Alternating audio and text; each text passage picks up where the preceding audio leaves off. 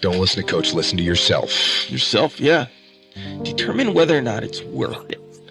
And I'm telling you that you don't need to determine. I'm telling you it's worth it. Oh, yeah. I'm telling you it is worth it. Yeah. And you know what?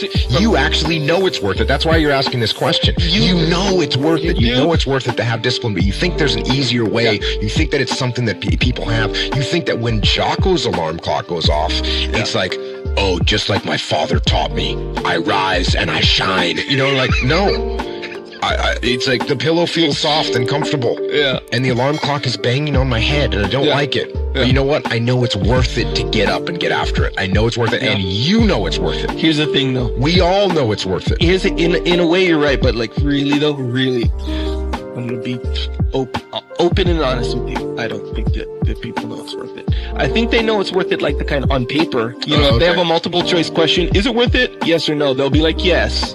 Obviously, I know working out is worth it, but here's the thing: if you don't know, if you don't like having good credit, for example. So I never got taught like why. Really, my mom said, "Yeah, you should have good credit." That's it. That's the limit to my education on credit, right? So of course I blow it because I get, I fall for literally all the tricks, self-inflicted and otherwise. Credit gets jammed up. So I don't know. I don't know the value. I don't know. I've never experienced the benefits of having good credit. I don't know the value of good credit. So it really didn't mean much to me. Really. My credit was like junk. And I didn't care until I got denied for something. Then I cared, But just like if you're never into working out until you're in a specific situation where it shows. But like this guy that's asking this question, and I'm glad he's asking the question. I'm not trying to come off all hard.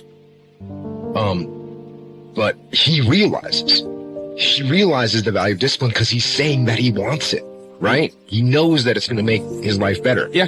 And that's why I think he's gotten jammed up in whatever way. We don't know because I don't know him. Maybe he's gotten unhealthy. Maybe he's, who knows? Maybe he's gotten his finances jammed up.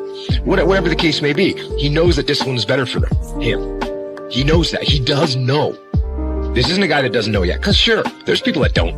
When you're 16 years old, you don't know the value of discipline. You don't know that the way you're acting right now is going to affect you in 5 years. You don't know that you can set your whole life up to be pretty awesome.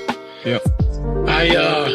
I see something that's quite off, quite not the same, and that's what I go for. This book is exactly who I am as a person. Exactly the way I did this book is how I've done almost my entire life. Is I see what is not the norm, what's impossible, what all the theorists say you shouldn't be doing this. That's the wrong way to go. And I'm like, let me see if I can pull this shit off. Yeah, let me go over here, man. Let me see if I can pull this shit off. Was that part of the challenge, the decision? I mean, it seems to me that the decision to self-publish was generated more by a desire to really, own your story. That's it, 100%. There was no driven message with me trying to prove people wrong or whatever. It was 100% by me wanting to own my life. There's a lot of people I know that I speak with right now that have nice book deals out there, and the people who buy their book with their publishing house, they can't even talk some of this stuff, in like in speaking engagements. And I'm like, what, you can't even talk your story? And some of these, like, no, like I gotta make sure that they're aware of it. I'm like, no, man. I want to own 100% of the suffering I went through in my life. I don't want anybody telling me, hey, Goggins, you can't say this. I would lose my shit. I suffered this badly, and you gonna fucking tell me I can't say this?